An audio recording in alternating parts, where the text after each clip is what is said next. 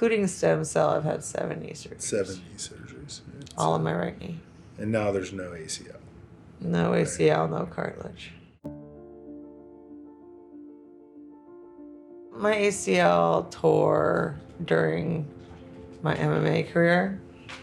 So I haven't had, like, I got it repaired with the graft tore a long time ago. I've been operating with no ACL and barely any cartilage for probably like maybe last 4 or 5 years. My ACL injury is probably one of the more formative events of my career. It's one of the incidences I cite when I talk about advantageous disadvantages, and I tore my ACL, so I spent an entire year doing just arm bars, learning arm bars. That's what I think really brought me to the next level and forced me to really not do all of my favorite throws, which really required me standing on my right leg.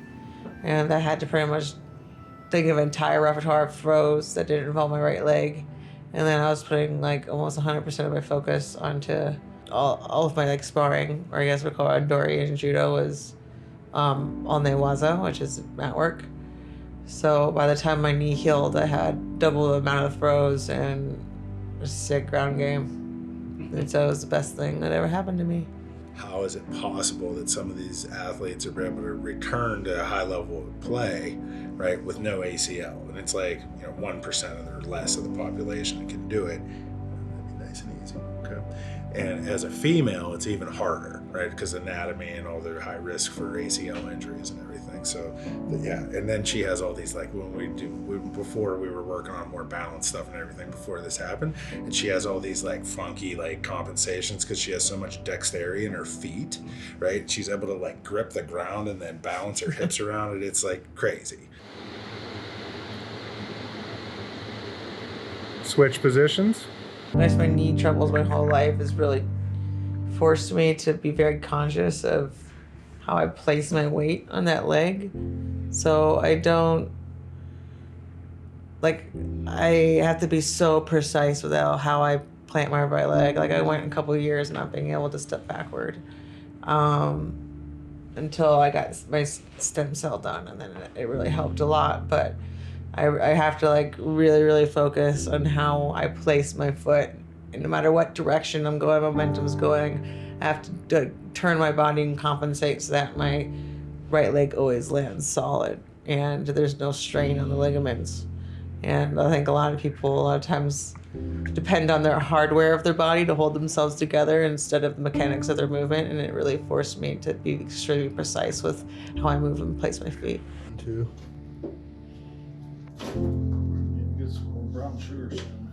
So a lot of my focus in training is more not breaking down my body to build it up again, but more maintenance and active recovery. I've been an athlete for a really, really long time. I've been doing swimming since I was 6, judo since I was 11, MMA since I was 22. What I really like about Lanil's approach is that he has a whole body approach as opposed to oh, your knees hurt, I'm gonna massage around your knee and give you an ice pack and get the fuck out of here. Because I always would notice that my injuries would travel up. I hurt my foot and then I hurt my knee and then my hips started to bother me and then my back.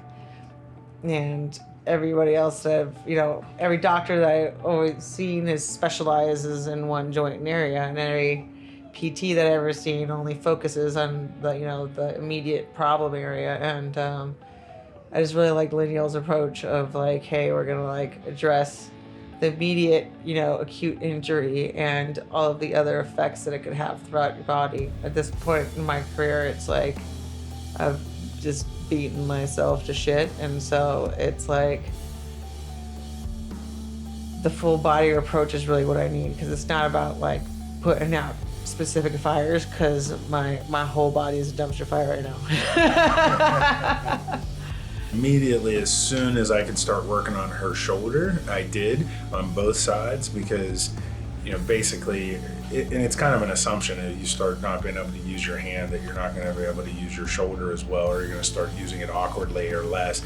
And of course, this last time, a couple weeks ago, when I started looking at her shoulder, it was really weak.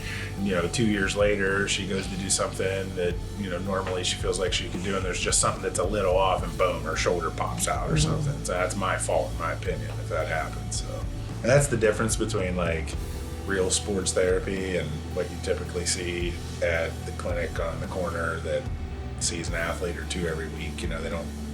And it's not. Sometimes it's not the clinic's fault, but sometimes it's just the way that it is. Like, you only have an hour and 15 minutes to work with somebody, so you only ever get to cover the basics, and then they get conditioned to be in that mindset. So when you're working in a training room or some type of a center where there's nothing but athletes there, it's all about performance and recovery, and that's it. You don't care what you got to do to get them there. You take as much time as necessary. There's no insurance to worry about or anything like that.